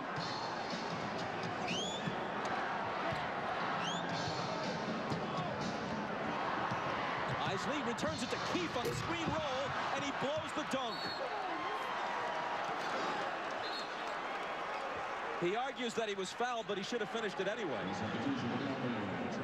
Now Keefe heads for the bench, and Malone comes back.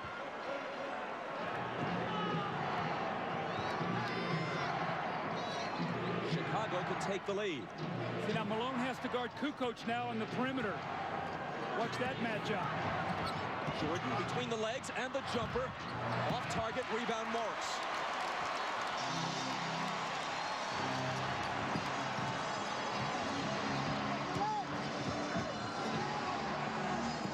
Malone hands it back to Morris, who converts on the reverse.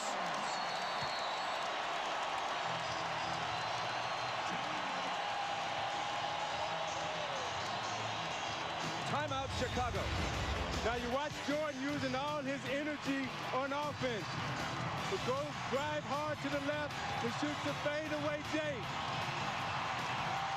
And then Rodman, go figure, right? Lined up straight in, shoots it right in, and even he's surprised. You watch Chris Morris moving without the basketball. Malone with the beautiful feed. Morris with the reverse layup off the glass. Beautiful basketball by Utah.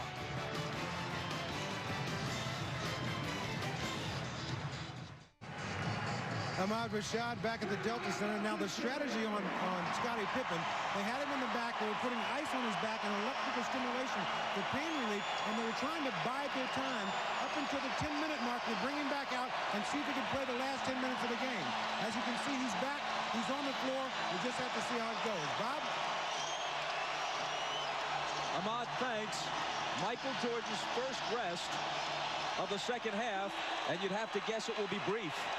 Utah right now has got to force Phil Jackson's hand. They got to stop him, and they've got to get some scores to make him come back and not get his normal rest. Kukoc spins to the hoop and misses the bank. Bushwood chases it down. They got a new shot clock. I didn't see that ball hit the rim. Kukoc out of the corner. That one's short. And Malone grabs the rebound. And he asked for a 20-second timeout because he was in danger of toppling out of bounds. I think what you're going to see right now with Chicago is Tony Kukoc is going to try to put the pressure defensively on Karl Malone. Isaiah, he's a first-team defensive player, but he's used to playing around the basket. Kukoc can beat him with his speed, and let's see if he tries to break him down out on the perimeter. Stockton now is back into the game after that 20-second timeout, so he too has had back problems. He's back in now for the finish. Karl Malone tonight, 25 points, yes, but 10 rebounds and 6 assists. And we still have 9:16 remaining.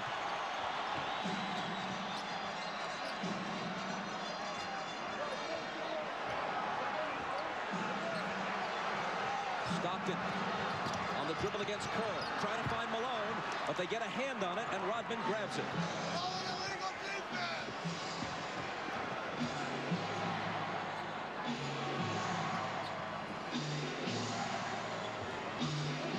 Kukoc, a 3 would tie it.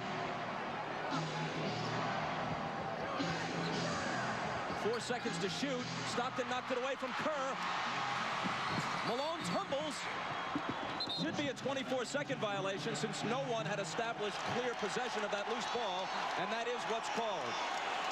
How about Karl Malone going for this loose ball? Now, John Stockton normally will come up with this ball. You can see he can't bend over with that back, but Karl Malone with a great hustle play that gives his team that opportunity now for the loose ball and the 24-second shot clock violation. Michael is at the scorer's table. He's coming back. The next time play stops. Remember now they like to go to Anderson in the post on Bushler.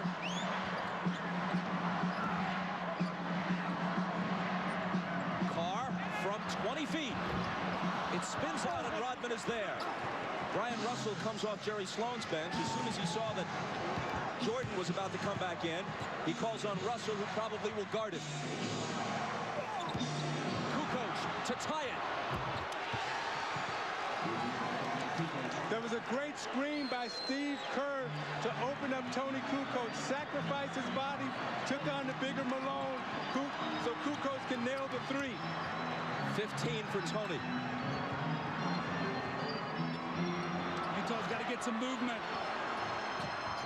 Morris to a cutting Anderson, who was bumped. The basket may count. It does.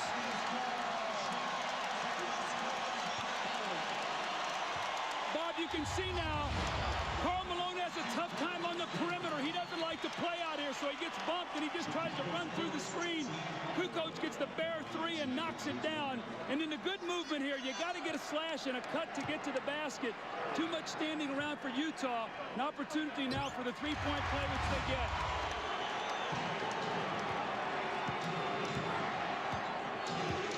Jordan back in. Takes the pass from Pippen. Russell is on him. He gets by him. Now Carr comes over and commits the foul. You see, they're so conscious of Michael Jordan coming off the screen. He gave Russell the fake.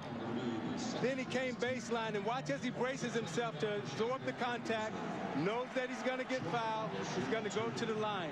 Watch Jordan at the end of this game, the last 7 minutes, Doug, attacking the basket, trying to get to the foul line. See, Michael is too good at finishing, though. You can't give him that baseline drive because he's going to get fouled. Isaiah, you got to push him back to the middle where you can help.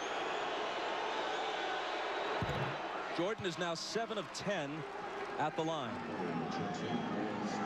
Kerr out, Harper in.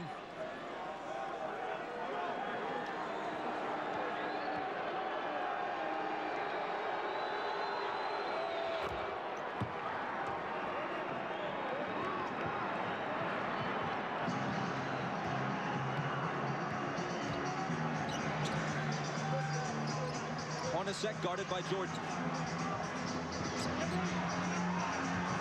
Malone over Dennis. Rebound Pippen. Hornacek slapping at it. Scotty just hobbling around. The foul is on Antoine Carr, and that's his fourth. Utah has gotten very stagnant here right now, Isaiah. They've really bogged down and really started in the third quarter. The free throw line kept them in it, but right now they're really struggling scoring. And this was Chicago's defense has been dominant against Utah in the fourth quarter.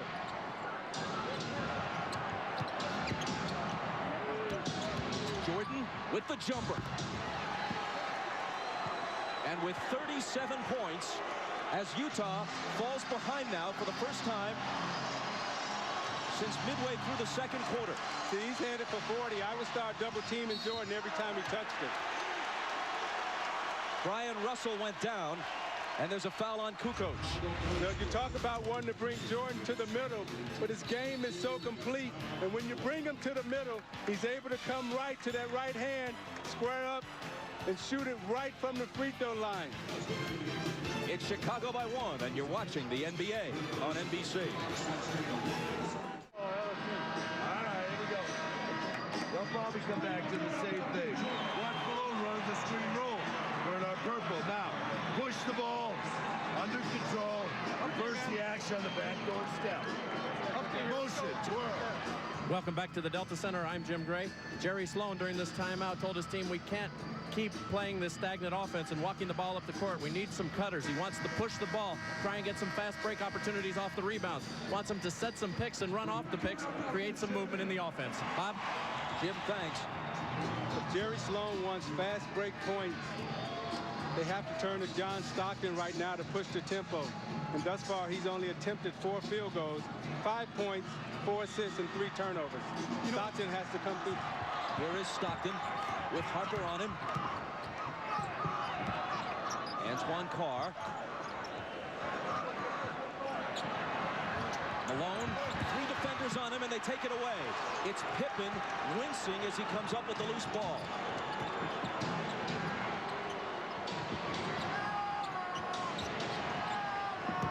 Jordan over Hornacek. Short. A whistle underneath from Danny Crawford. Stay right here. Loose ball foul on Utah. See, Malone's catching the ball in the post. He's getting double and triple team right now. He's got to be a passer out of this post. You see Pippen there knock the ball away from him. But if there are 3 guys on him and you space the floor, somebody's got to be open. And Doug, what Chicago is saying right now, we're not going to let Karl Malone beat us. Someone else is going to have to step up and beat us tonight. Pippen, who can barely move, throws it in. In almost any other situation, he couldn't possibly be playing. Regular season, never. Even earlier in the playoffs, he'd probably be sitting. Jordan again. And Stockton pulls it down. This is where they got to push it, get something quickly.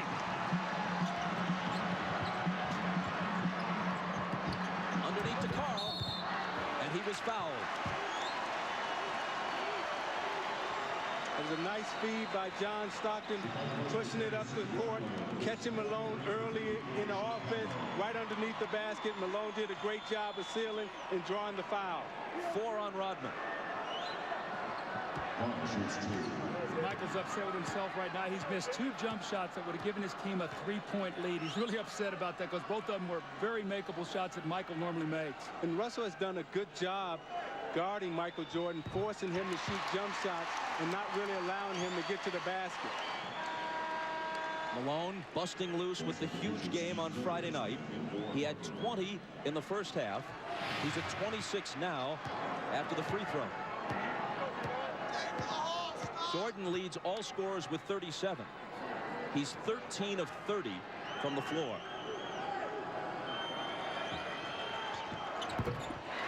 Utah back in front by 1. Steve Kerr now in for Chicago. Remember, he spaces the floor and gives them another shooter if they do start running at Michael and scrambling their defense.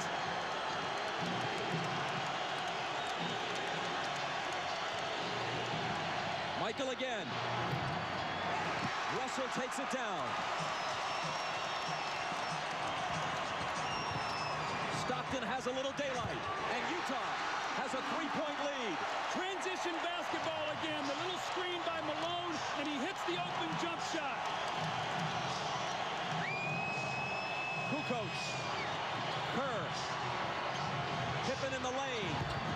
Nuggets on the turnaround, playing through clenched teeth.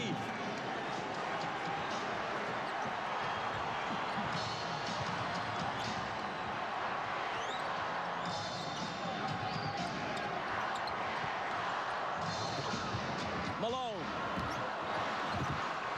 Rodman wins the rebound battle. That's a bad foul on Malone now because that's the 15th foul. Now Rodman will shoot 2 free throws, but Stockton pushing the ball up the floor. You see the screen right there by Antoine Carr, and Scottie Pippen cannot help out. And then Scottie Pippen with a quick post up in the lane, and the gutty effort by Scottie Pippen here. You can see as he catches the ball, it's so difficult, but he's got those long arms and can still score over Hornacek.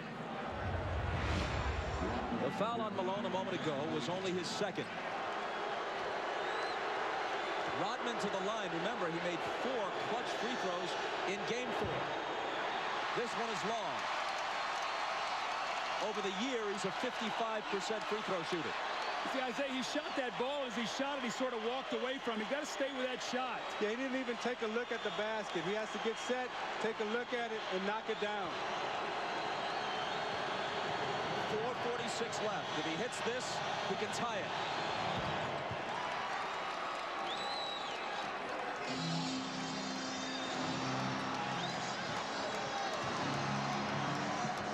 Stockton glancing at the clock as he comes across. 4.5 minutes for Utah to end its season or prolong it. Stockton. 5 seconds to shoot. It's Hornacek. Malone. They'll bring it back out. The jumper by Carl. Utah back in front. Great patience. Offensive rebound, kick it out, and Hornacek got it right back to him. Malone has 29.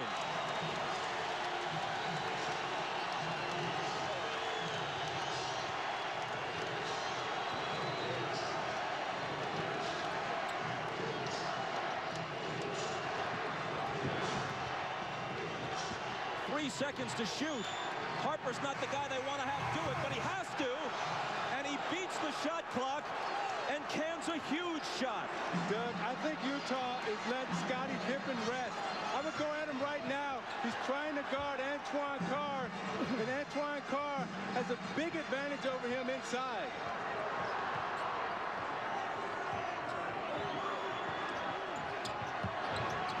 Russell. Driving against Rodman. Contact and a foul. Kukoc was also there, and they call it on Kukoc's third. Now you watch Harper as he takes this shot. Does he get it off in time? I don't know. That's a tough call. Well, you know what? If they miss that call, it's a 5-point swing in missed calls on shot clock situations. They took a Howard Eisley 3 away wrongly in the first half. This one was even closer, but it appeared that Harper may have been just a fraction of a second behind the shot clock. Harper's basket counted. This one by Eisley, which should have counted, did not. See, I think this 3 was good in the last shot that Harper took. I think that was a shot clock violation. Russell steps to the line and knocks them both down.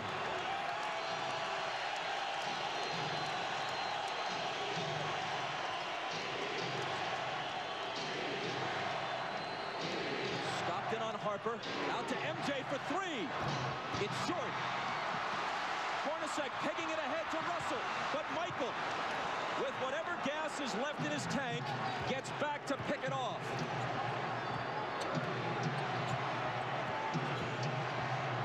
Rodman, offensive foul on Dennis. And that's 5. Now, Isaiah, that's what you're talking about. Jumping out off that screen and make Michael Jordan be a passer. Throw it to Rodman, who can't finish. And you saw Jordan right there complaining, saying Rodman needs to have a chance to come down. I thought it was a questionable call. When you look at this play, you watch Jordan come off the screen and he's double teamed, and as an offensive player, you're allowed to establish position and come down. It's a tough call right there.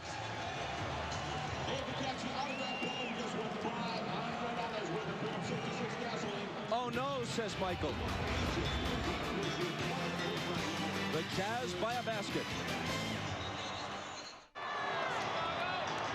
We got to execute down the stretch, guys. That's the key right now. They got team, they're in the penalty. I don't know what we are down there. Are we penalty yet? Yes.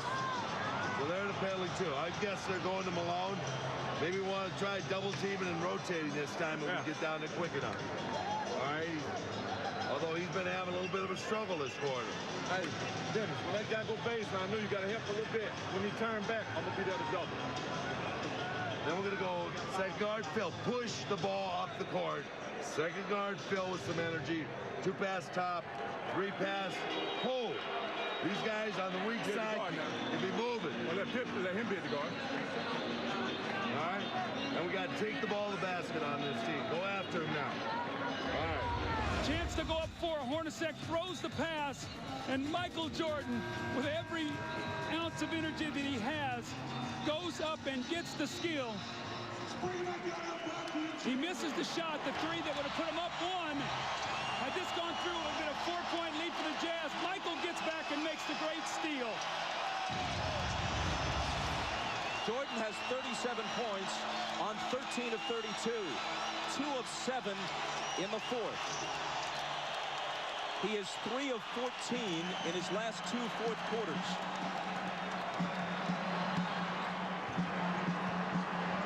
Even Superman apparently gets tired. Malone, lots of room. Got it. That's their pet play. Malone goes over like he's going to the post and screens for Stockton, and he rolls out and hits the huge jump shot.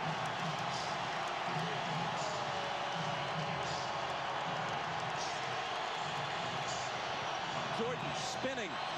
Double team. Has to get rid of it. Gets it right back from Pippen. Double pump, knocked away by Carr, and a foul. Isaiah, normally on this play, Malone goes to the post. This time he goes and screens so Stockton can get to the middle of the floor. A mix-up, they trap, no one rotates, and Malone buries the shot. Now on this defensive possession, Hornacek, I thought, should have run at Michael Jordan and made him pass the ball back to Scottie Pippen. You got to take the ball out of Jordan's hands right now and make Harper or Pippen beat you from the perimeter. Jordan's 9 of 12 now at the stripe. Now you look at the job that Russell is doing against Jordan. He's keeping him out on the perimeter, not allowing him to come into the post. He hits them both, making it a 2-point game with exactly 2 minutes to play.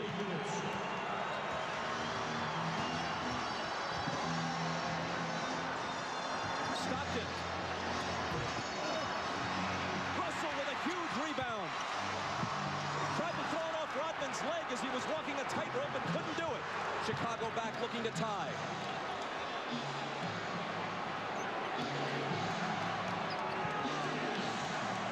Michael.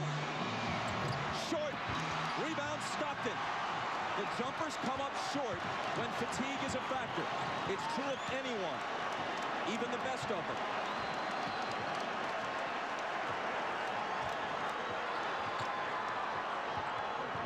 Rodman got in front and knocked it loose, but Chicago touched it last. Phil Jackson hot over that call. A minute 14 remaining. Stockton for 3. That would have been a dagger in Chicago's heart. Instead, they can tie it or take the lead with a 3 of their own. Jordan. And a blocking foul. Stockton is down on the floor. Jordan's going to come to the line. It's Stockton's 4th. You watch Jordan fake like he's coming to the middle again. Russell gives him the baseline. Stockton comes over a little too late. Called the blocking foul on Stockton. Jordan again at the free throw line. Chicago takes a 20-second timeout. Now you watch Jordan in the 4th quarter trying to get to the basket against Anderson. Pulls up and takes the jump shot. Again, they're keeping him out on the perimeter, not allowing him to get into the post. Coming to the foul line for his patented free throw line, Jay. But again, Russell keeping him out of the post, pulls up, shoots it a little short. This is a big 20-second timeout for Chicago because it allows Jordan to get some rest before he goes to the free throw line to try to knock down 2. At the line, he's 10 of 13. From the floor, he's 13 of 33. Well, in this fourth quarter, Michael is only 2 of 8 from the fourth quarter, but what he's done is he's been able to get to the free throw line. He's 6 of 6. They've got to find a way to be able to guard him without fouling him here. He cuts it to 1. Phil Jackson has told the Bulls during the last couple of timeouts, let's try to take it to the rack, go to the basket, not look for the perimeter shot.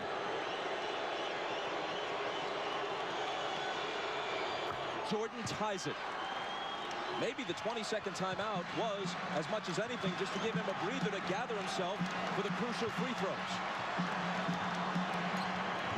50 seconds.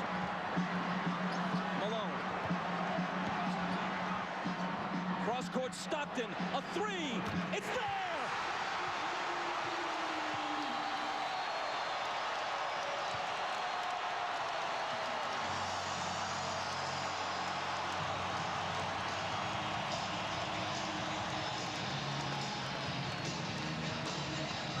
Stockton hits the 3. What a huge shot to put his team up 3. Now this is what Karl Malone has to do. He has to find the open man, and Harper runs at him. And normally it's Stockton and Malone. This time it was Malone to Stockton. 10 points for Stockton. At age 36, he's played more NBA playoff games than anyone in history without winning a title. Now the Bulls would like to get 2 for 1 possession here. Try to get a quick score, get to the free throw line to give them 2 opportunities to 1. Pippen into Jordan. Michael working on Russell. Brings them to within 1. They scored within 4 seconds there. That's how quickly that changes now. Now it puts the pressure on the Jazz to score once again. Jordan with 43. Malone is doubled. They swat at it and steal it. Here comes Chicago. 17 seconds. 17 seconds from Game 7 or from championship number 6. Jordan. Open. Chicago with the lead. Timeout, Utah. 5.2 seconds left. Michael Jordan running on fumes with 45 points. At the end of the game, you got to get it out of his hands. He's beat you so many times. You watch Jordan play, Doug, and you know that at the end of the game, he's a killer. This was really the play that hurt Isaiah because they scored so quickly. Michael got in there and scored within 4 seconds. And what happened was Michael doubled back. You're going to see he's in the play. Michael never clears.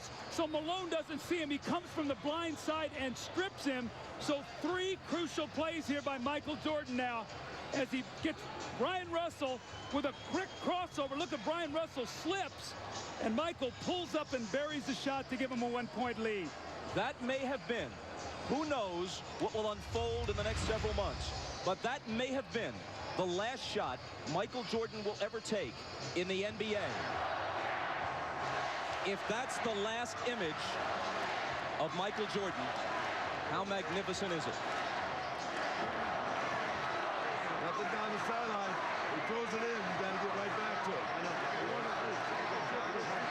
Like this, we give him the line to keep it to the basket. And you know, they'll curl, and the other guy will go in. And they'll set a pick on him and bring him off here. Harper! Got that? Yo. He'll go, Stockton will go in, and he'll come back like that. Get the ball. Houston last year on that last shot. Yeah. Get a look this. They go like that. So you can't get settled in. You got to wobble a little bit. Yeah. Do we want to delay a game? No. Play, all right. No, they expect them to do that. They can delay, but don't do it. Let's go, man.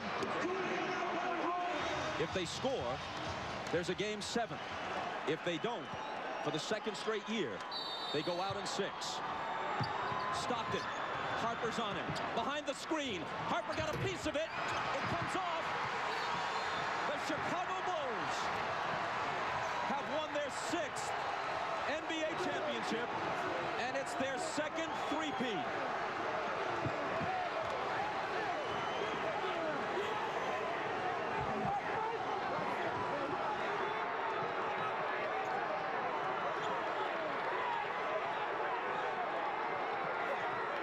When you lose by this narrow margin, speaking of the Utah Jazz, there are so many things to look back on. But the Howard Isley 3 that was taken away in the first half will eat at them all summer long.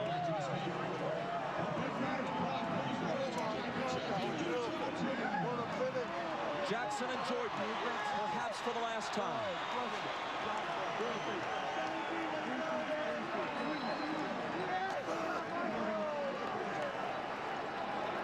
Chicago 87, Utah 86. Jerry Sloan showing class, trying to shake hands with each and every member of the Chicago Bulls, who won 2 out of 3 here and 2 out of 3 in Chicago.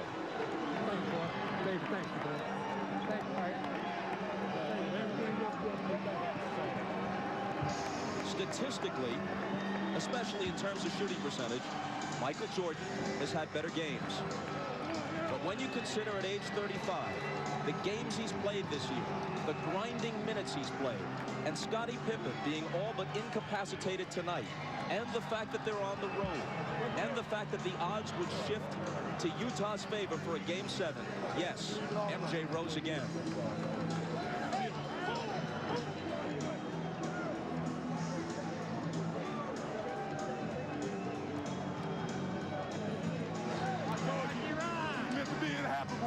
He no longer needs accomplishments to prove his case as the greatest player in NBA history. He just adds to it. And if this is the final chapter, what a way to close the book. I tell you, Bob, as you look at Scottie Pippen there, I remember all Scottie ever heard about was the migraine headache and that he couldn't play with pain. Well, today, they could not have won this game without him. Just his presence being out there. He made some big shots. He fed the post. He did all the little things for Chicago, and his numbers aren't going to show it. But Michael, once again, with the heroics, the unbelievable plays. But his sidekick, Scottie Pippen, was there for him when he needed him. And I'm watching Michael Jordan hug his mother right there. Such a great player, such a great person.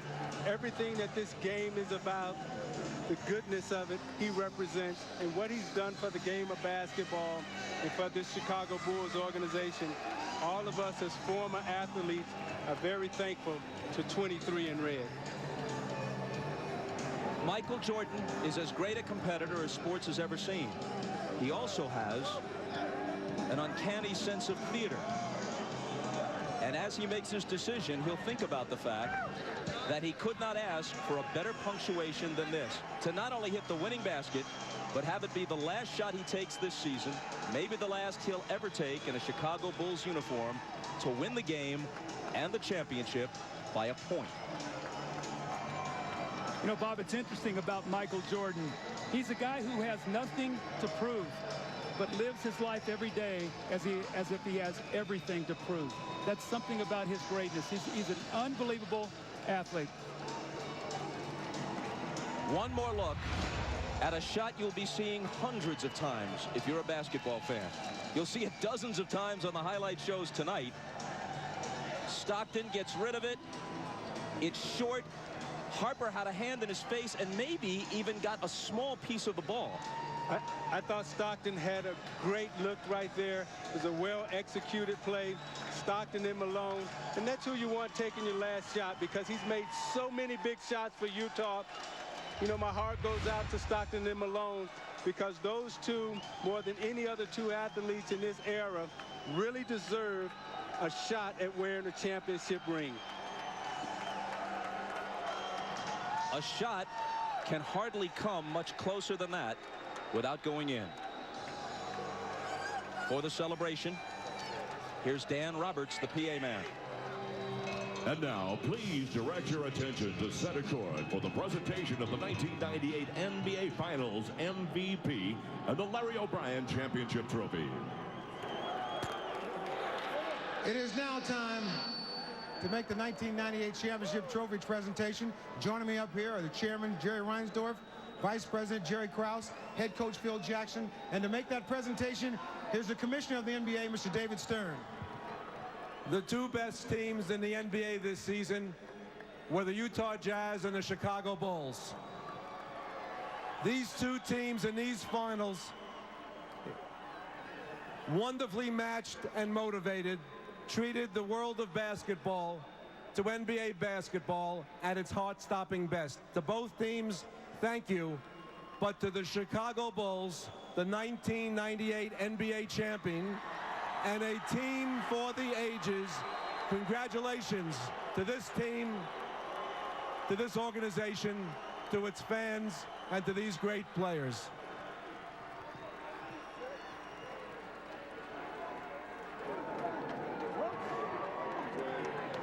All right, Mr. Reinsdorf. Chicago Bulls fans all over the world would like to know, are you going to do everything you can possible to bring these guys back here to try to do this all over again? Well, let me first, Ahmad, say that on behalf of millions of Bulls fans all around the world, it's an honor to accept this trophy.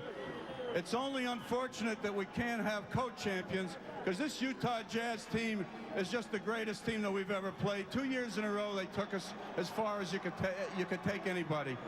Winning six championships in 8 years is unbelievable. It's a tribute to a great coach and his staff, great players, Scotty and Michael, an unbelievable performance by Scotty and Payne tonight. Jerry Krause and his staff, just unbelievable. And on behalf of millions of Bulls fans all over the world, I can only hope and pray that Michael and Scotty will come back and defend the championship one more time. I take that as a yes. You are going to try to bring them back. Yeah, I believe in it. That was beautiful. I never gave up. I never gave up. Every time we were close, I knew we were going to do it. I knew it. Jerry Krause, you have to be very proud of this team. I'm so proud of these players and the staff. And this is for the fans back in Chicago, the greatest sports fans in the world. And we're just so happy. We're going to celebrate safe, guys, and we'll be home tomorrow morning. All right, Jerry, let me ask you, you do everything you can to bring these guys back. Well, you know, tonight all I want to do is celebrate and have fun, and we're going to talk later on. But this is a great occasion. And what Jerry said about the Utah club, Jerry Sloan and Scotty Layden are special people, and this is just a great organization, and it's somebody that you're proud of that you can be with. All right, Jerry, let's talk to Phil Jackson. Yes, I'm on. Yes, once again, another journey to the top of the mountain. How is this one different from the other five?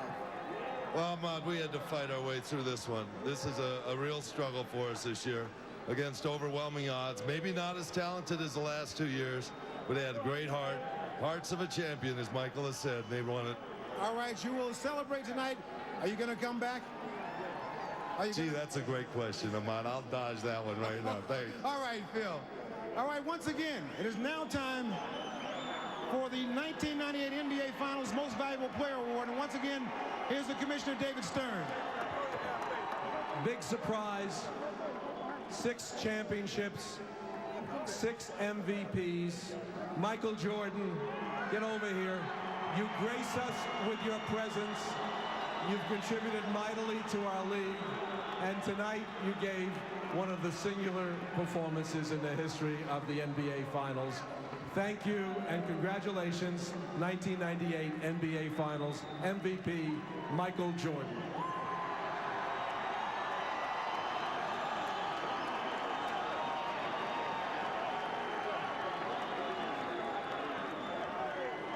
Michael, you have won this award before, but somehow I have the feeling that this one is more special than all of them.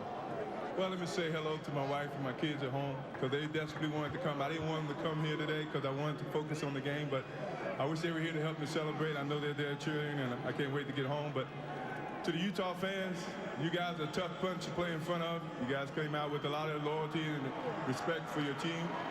You made it really tough for us. We really, after losing Game 5 in Chicago, a couple of us dread coming back to Utah because we had to deal with the fans because of the energy that they bring to the game. But we had no choice, so we had to come in and play our best, and you guys made it a very competitive finals, and you know, it's very worthy to win this. And I think of all the championships that we've won, this is the toughest. It doesn't get any easier, but at the beginning of the season, this was the goal that you set out for. How wonderful was it to make this into a reality? Well, I tell you, when you start the season, I'm pretty sure every team next year is going to start with the focus of finishing and winning their last game. We started with that focus. It was a long road, a lot of different tasks and little bumps in the road, but somehow we made it, and I think everybody who looks at this year is going to have a lot of gratification and understanding and a lot of dedication. There were a lot of times during the course of the season that people doubted the Chicago Bulls, doubted that you'd be able to come back and pull this off. Even during this finals series here, people doubted you. How did you guys stay so confident? Well, I mean, this team is one. Our leadership is strong. Our leadership is very positive, very determined, and it filters down to the rest of the players. And we never let anybody give up. You know, we believed in it, and we kept coming for it. All right, I've asked everybody if they're all going to come around to try to do this again one more time. I would love for that to happen. I think that's something that's going to have to be determined over the summer. All right. Congratulations, Michael. Congratulations, Chicago Bulls. Let's go over to Jim Gray. All right, thank you very much, Ahmad. Tonight, one of the truly gutty performances in the finals by Scottie Pippen. Scottie, how badly were you hurt during this game? I was hurting pretty bad, you know, to start the game off. I was able to get a dunk when I came down. The pain just sort of built from that point, and every time I tried to run, I was getting spasms, but I knew I wanted to come back and try to give a better performance in the second half, so I just tried to take advantage of that little bit of time before the half and, you know, see what I can do. And I came out the second half, and Chip wanted to give me a little treatment, and I took the treatment, and I told him from there I was going to just try to gut it out. You know, I felt like that my presence out on the floor would mean more than just sitting in the locker room.